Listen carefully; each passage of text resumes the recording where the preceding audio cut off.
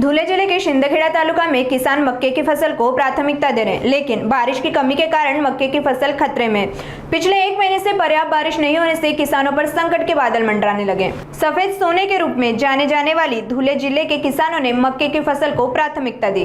कपास की कम कीमत और ज्यादा मेहनत व लागत को देखते हुए किसानों ने इस खरीफ सीजन में 1 लाख एकड़ से ज्यादा जमीन पर मक्के की फसल की बुआई की। हालांकि जिले में बारिश की भारी कमी के कारण मक्का किसान चिंतित है।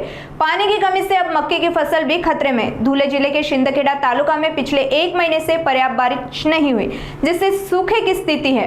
ऐसे में किसान बड़े संकट में। शिंदखेडा तालुक्यातील भडणे येथील शेतकरी उत्तम नेरकर, आमच्या शिंदखेडा तालुक्यात सर्वात जास्त कापूस पिकाची लागवड केली जाते, पण कापूस पिकासाठी लागणारा खर्च, मजुरी आणि काढणीपर्यंत येणारा त्रास यापासून वाचण्यासाठी मागील वर्षापासून आम्ही मका पिकाकडे वळलो। मका पीक हे उत्पादनालाही चांगलं आणि मजुरीसाठी लागणारा खर्चही कमी असतो, त्यामुळे या पिकाकडे परिसरातील शेतकरी वळला। मागील वर्षी चांगला पाऊस झाला, पण या वर्षी पाहिजे तसा आतापर्यंत पाऊस न झाल्यामुळे मका पीकही संकटात सापडत आहे।